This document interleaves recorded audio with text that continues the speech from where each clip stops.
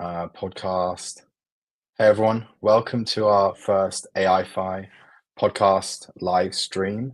I'm here with Sam from Sturdy, and the aim of this stream is to explore the intersection of artificial intelligence and decentralized finance. Um, and the goal is to kind of dig into the details of what's actually happening on chain. And yeah, it's great to host Sam, who's building Sturdy, which is also deployed on Mode, and has been a really integral part of the ecosystem since the very early stages. So I'm super excited to have him here and learn more about what they've been building. Yeah, thank you, James. Very excited to chat and dig in. Awesome. So yeah, maybe we could kick off. You could just give us a bit about your background and introduce how you became involved with the space and DeFi and study. Yeah, for sure. So my background is as an engineer and someone interested in cryptography. I've been kind of in the crypto, meaning cryptography space for about 6 years now, all throughout Hmm. college and even some into high school. Um, in 2021, I was studying CS at Stanford and took a leave of absence and sort of dropped out to do a couple of other things. But I found myself, even as I was working these regular jobs, really excited about DeFi and crypto and kind of constantly playing around within my spare time and sort of just realized I had to get involved. So that was around when I first started thinking about crypto was in sort of 2021 DeFi summer, and then built Sturdy and we first launched in early 2022. Awesome. Awesome. And how's the journey been with Sturdy so far? And yeah, for anyone who isn't aware of what Sturdy is, it'd be great if you could just give the TLDR on what Sturdy is. Yeah. Yeah, I mean, we've had a really interesting journey. I think launching when we did in 2022, initially on Phantom. A lot of people don't know Hmm. that we were initially a lending market on Phantom focused on leveraged yield farming. So letting users Yeah. loop up on interest-bearing assets. We have undergone a number of evolutions. So we launched on Ethereum not too long after that. Again, still pretty focused on using interest-bearing assets as collateral. Hmm. Um, then we just early this year launched Sturdy V2. So one of the challenges with Sturdy V1 was that it was structured like a kind of conventional lending market where everything's pulled together and governance approves a set of assets. And we realized this was kind of suboptimal when it comes to permissionlessness and decentralization. So we Hmm. rolled out this two-tier infrastructure where at the base there are isolated lending markets that anyone can deploy. So you Hmm. can imagine a lending market that uses USDC for lending and STETH as collateral, or Hmm. Mode as collateral and ETH for lending. Any combination of assets, anyone can deploy it. And then built on top, we have these aggregators. So let's say you have 10 different lending markets that each use ETH for lending. If you're a Hmm. user and you want to lend on Sturdy and this is all you have, that's not great, right? If you have 10 different markets, maybe there's like Yeah. five of them that you want to lend to. Okay, so now you have to make five different transactions and Hmm. monitor them constantly to make sure the yields are in good shape. Not a great user experience, especially compared to something like Aave or Yearn, where you can just deposit to a vault and you're good to go. Yeah. So we wanted to kind of recreate that experience with the benefits of a centralist and permissionless architecture. And so we introduced aggregators on top of the markets. Aggregators have a number of isolated lending markets that they whitelist. So, going back to that previous example, you might have a USDC aggregator that's whitelisted USDC lending markets that use, say, like STETH as collateral or an LRT or a Curve LP token, and then we'll allocate amongst those lending pools. So as a user, you just Hmm. deposit to the aggregator and you're good to go. And then what I think we're going to dig into a little bit more is how those aggregators work and how they make Hmm. those decisions about where to allocate funds.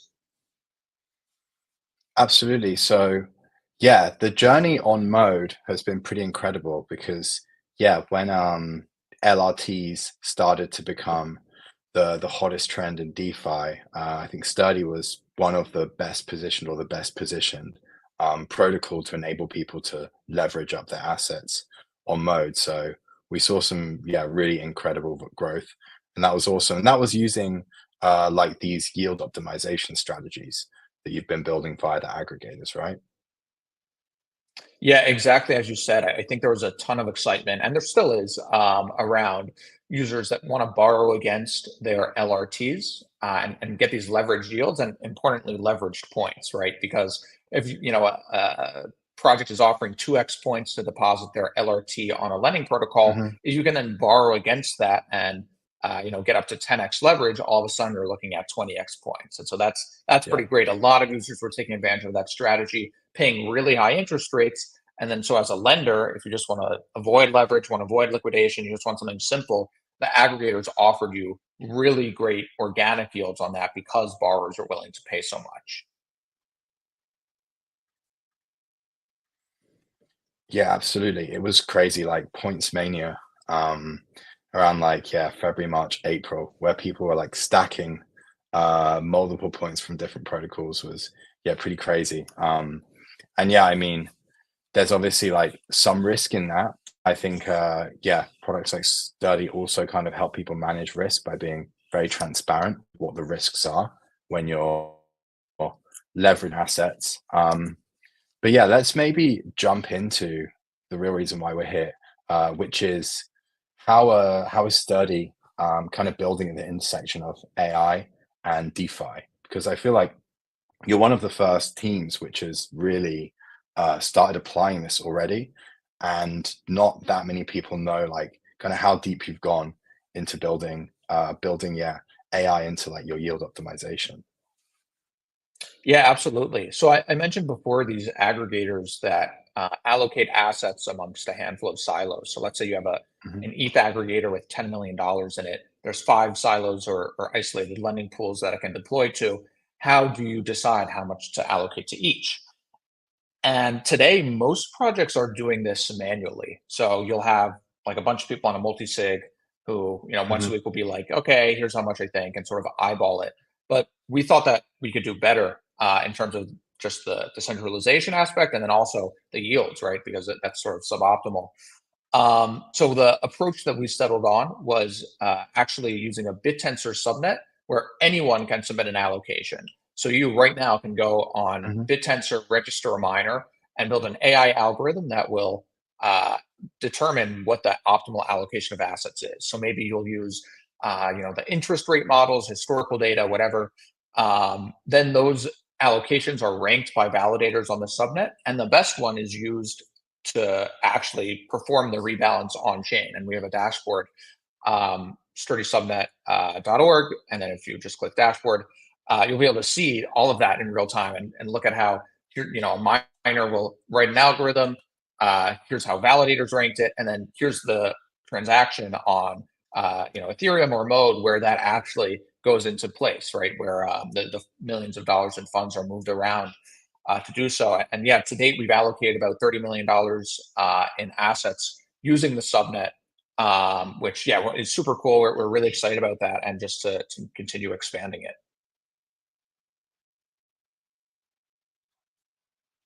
Awesome. So yeah, just to kind of double down on something you said there. So anyone can go and basically um, go. They can submit their yeah their code. They can write an algorithm to essentially manage or help optimize the yield on Sturdy. Yep, that's exactly right. So we use BitTensor's subnet Hmm. architecture. And so the way it works is you have to pay a registration fee. Hmm. And that's usually like zero point 0.2 to zero point 0.7 tau or so. Hmm. But yeah, anyone who does that will be able to submit applications and then get rewarded too. So one of the ways that BitTensor is so great is that the better your allocations are, the more tau you'll earn. And so there's Hmm. this very sort of natural competition that emerges where users are heavily incentivized to make their algorithms as good as possible because doing so Yeah. will get them the most tau.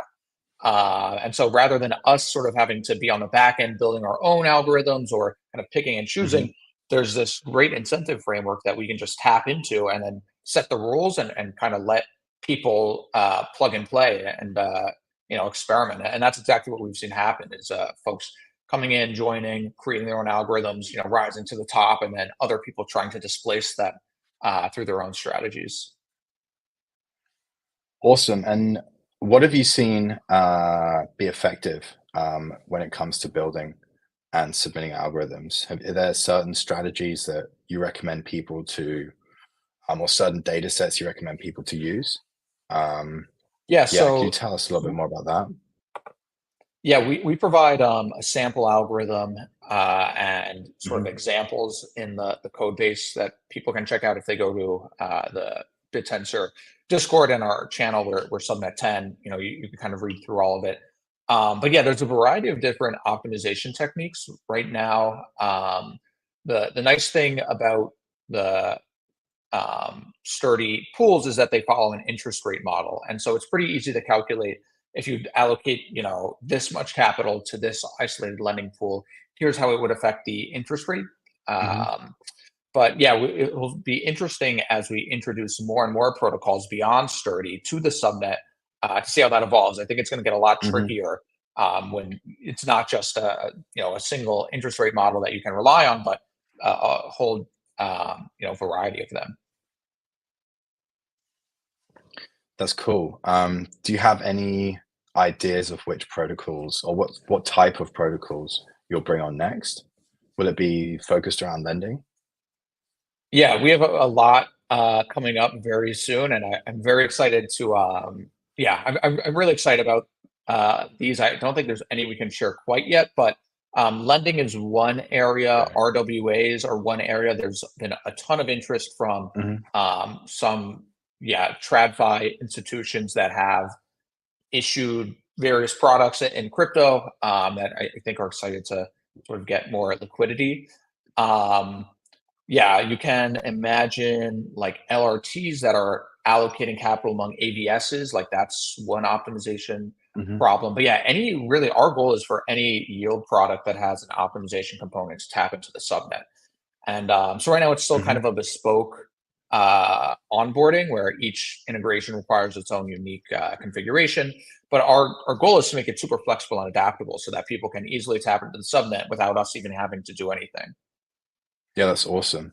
And then the incentives are that you're essentially like crowdsourcing the different models and the intelligence to optimize the yield.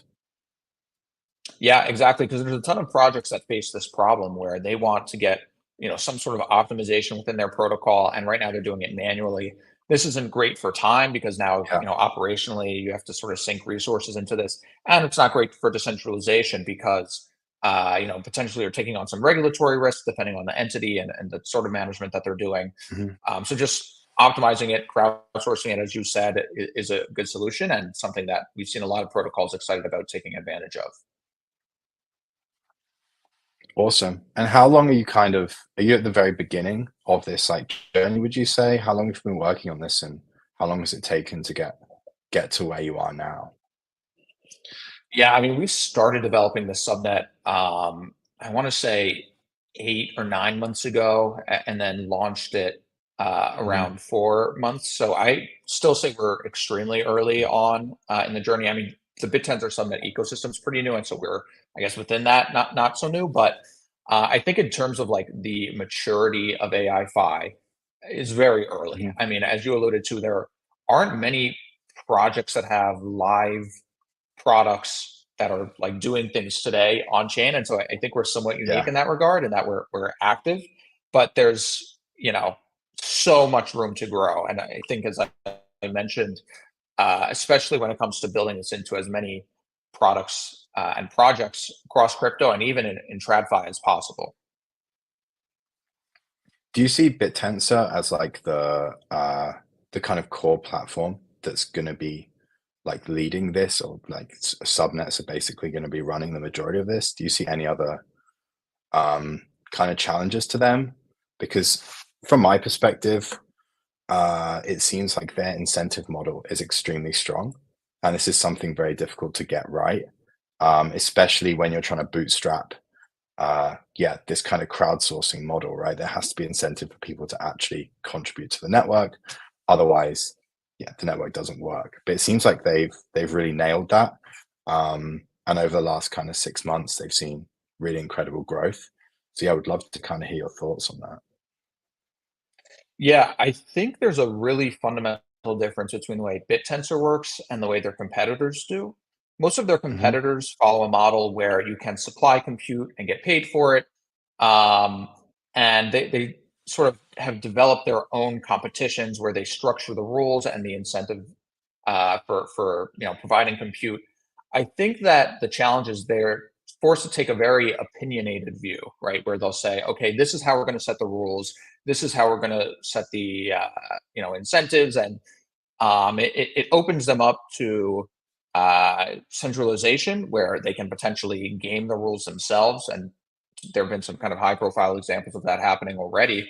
And it's just not very efficient because you have a central team that's deciding how everything's going to work.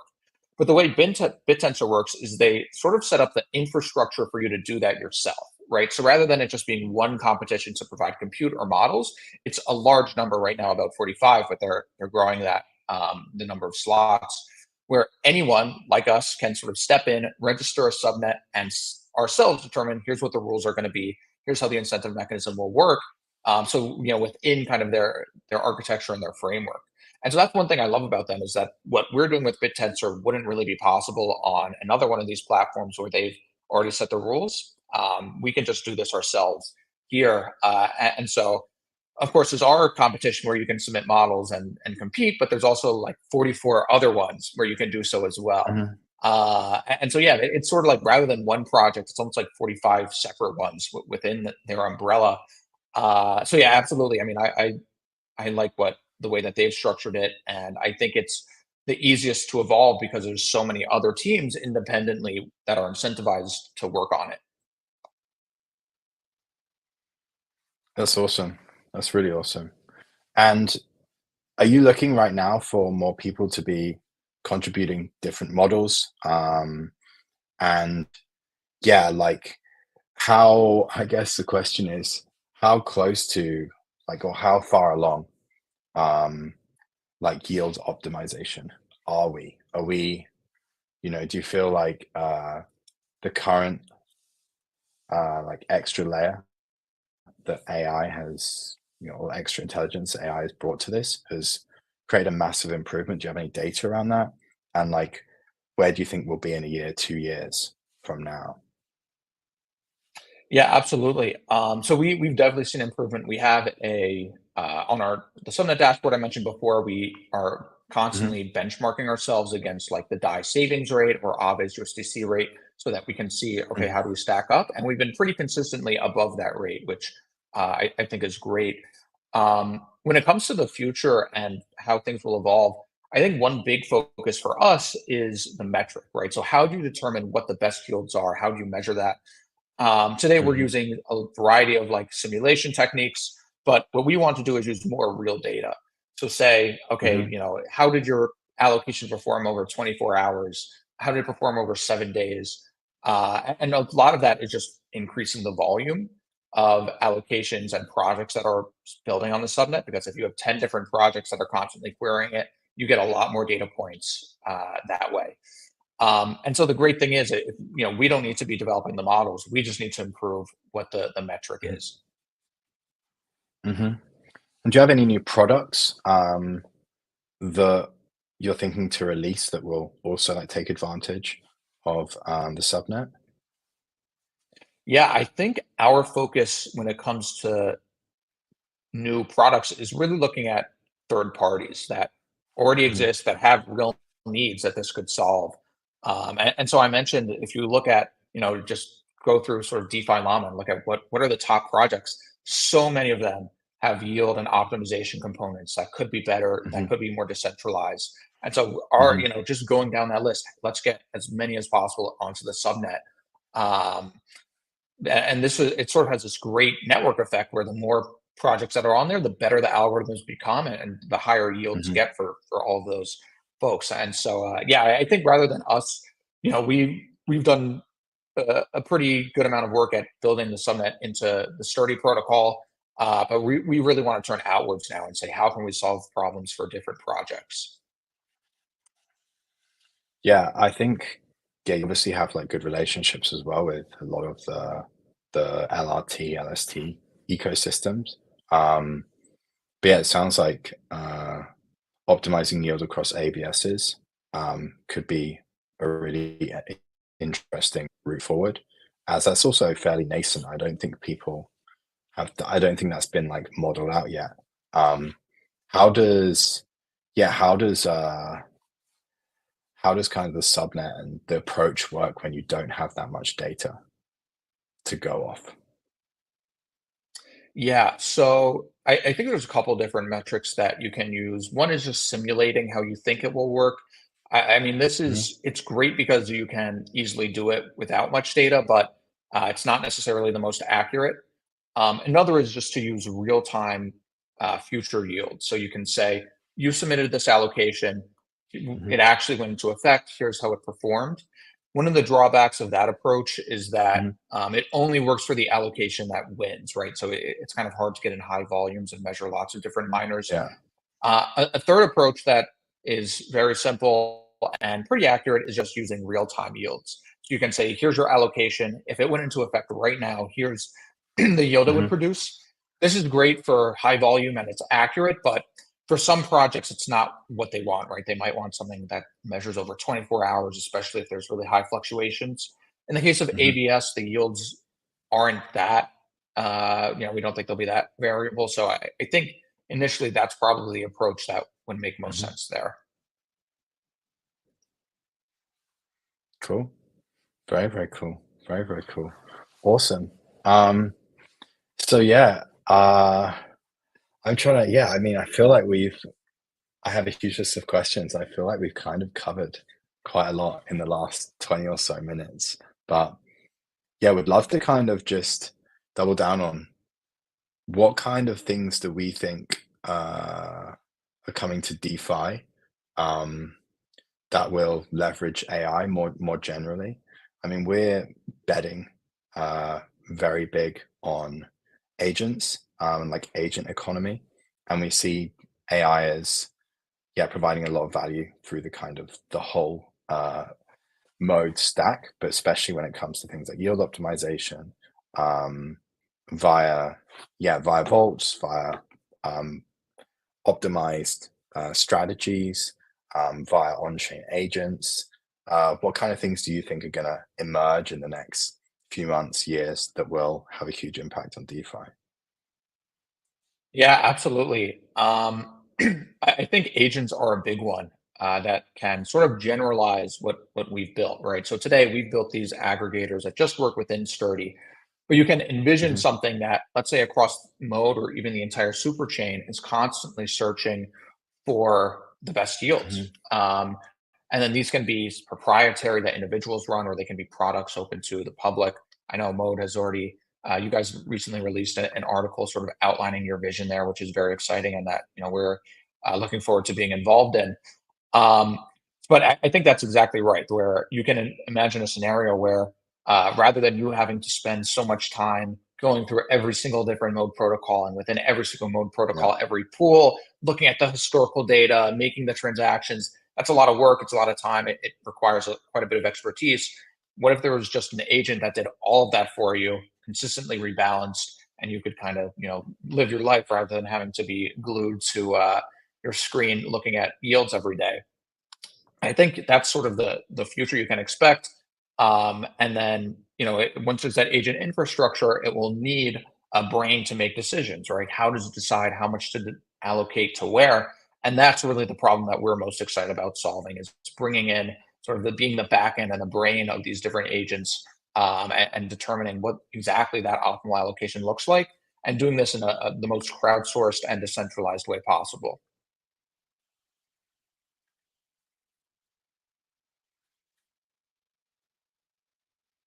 Hey, sorry, I think I lost you for a second there. Cool.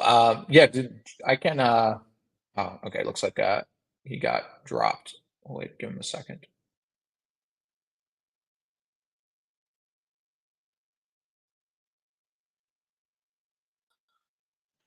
Hey Sam, here. I was in the backstage making sure everything works. I think we lost James on that one. The beauty of live streams. We'll give him a minute to come back.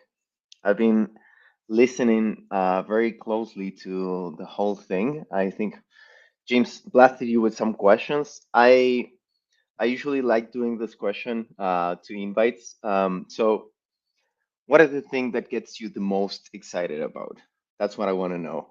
Like, what is the thing that fires your inner engineer, for what's coming? And then I'll leave it to James. Hey, James, glad to have you back.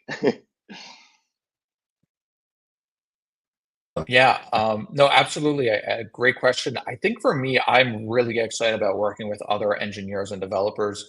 I come from a technical background, and so for me, like hearing about what other people are up to, the problems they're facing, that's been really exciting, especially as of late. I think there's so much evolution, and so yeah, that's something I've gotten to do a lot, quite a bit in the past couple weeks and months. But absolutely, I think collaborating with other teams, engineers, developers, has been a lot of fun. And yeah, I think along that path, excited to build out a more generalizable product. As I said, it's still a little bit bespoke in terms of the way integrations work, but just opening up sort of a public API where anyone can tap into the subnet without us, having to go through a unique integration process. I think that's what the future looks like, and that's sort of the way that we scale from one project to 10 projects to 100 projects that are all building on top of our subnet. Yeah, totally. Do you have It's hard data working. around? Go, James. Sorry. Sorry, I was just going to ask. Do you have data around like where the sturdy subnet is compared to other subnets, especially around like the popularity of the competitions? Uh, yeah, that's kind of interesting to know. Yeah, for sure. That a lot of that can be found through BitTensor's data. There's like Tau stats is sort of the go-to dashboard for Hmm. that, and you can see like what the registration cost is, for example. That's like a decent proxy Hmm. for competition. It also is heavily dependent on emissions too. So each subnet has its Hmm. own amount of emissions, Hmm. and that really, in large part, dictates how much competition there is. Because if people are getting paid more to produce models, of course, there's going to be more people that want to compete, and they're willing to pay more to register. Yeah, I mean, it feels like yeah, the the price of BitTensor's token is growing exponentially, so it's kind of getting more expensive to register subnets, but yeah, I guess the rewards are much, much higher, which is great for incentivizing people to come on and yeah, build. So that's really cool. Really, really cool. Yeah, no, absolutely. And I'd say one thing that I'm very excited about for the future is that today the emissions for per subnet are determined by validators on the network. These are folks who either have a lot Hmm. of Tau or people have delegated them Tau. But BitTensor on its roadmap has something called DTau that they're coming out with, where each subnet will sort of have its own individual token that people can either stake or buy. And this will be what determines the emissions per subnet. So rather than it being this, it's somewhat, it's not centralized because anyone can stake Tau and delegate it, but I think totally decentralizing the network with DTau will be a really good step in just further decentralizing everything. So people will be staking. So users will be staking the detail on Yep. individual subnets, or the subnet itself will be staking Yeah. users. So users Okay. will be. So each subnet will have a sort of token its own DTAU token that represents it, and then Hmm. anyone can. There's a couple different stages in the rollout, but the way that it's currently slated is that first anyone will be able to stake it, and then eventually anyone will be able to buy it. And that yeah, that will determine it. But essentially, I think the vision of the foundation and the developers who are working on BitTensor is just to decentralize network further so that anyone can Hmm. determine what weight they want to see and where they want emissions to go based on per subnet. That's cool. That's really cool. It kind of reminds me of I don't know if you know the protocol Numerai. It's been around for a while. It's like a decentralized data science tournament. Um, and essentially, yeah, you stake on your predictions, um, and that kind of dictates the reward you get. So I guess it's kind of a similar model in some ways, but yeah, staking to enhance missions and rewards is really cool. Yeah, no, absolutely. I think there's a couple of developments from BitTensor that should really enhance the network for miners, validators, and then subnet owners like ourselves. Awesome. Awesome. Yeah, excited for that and excited to see, how Sturdy kind of continues to innovate because as I said, like there's a lot happening. The intersection of DeFi and AI. Um, a lot of research is being done. But I think Sturdy is like well ahead on having this live and running and contributing like optimizations to the protocol, which is just awesome. So I think we can close it up there, but thank you so much for jumping on, Sam. This has been, really cool to learn more. Uh,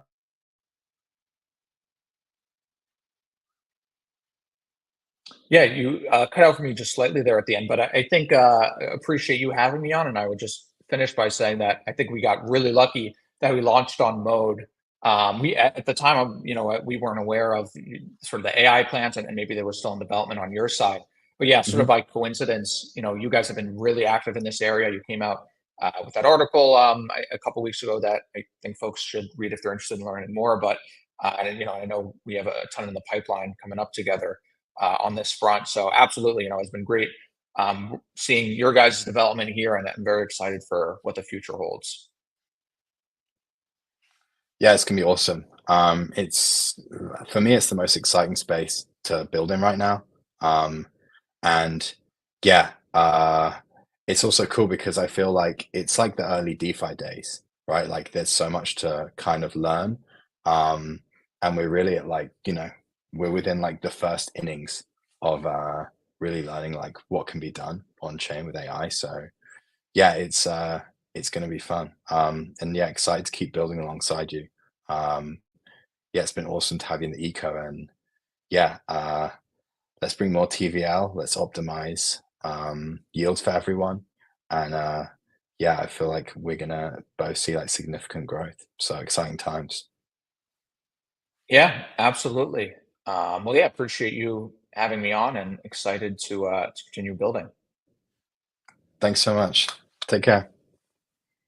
Thanks.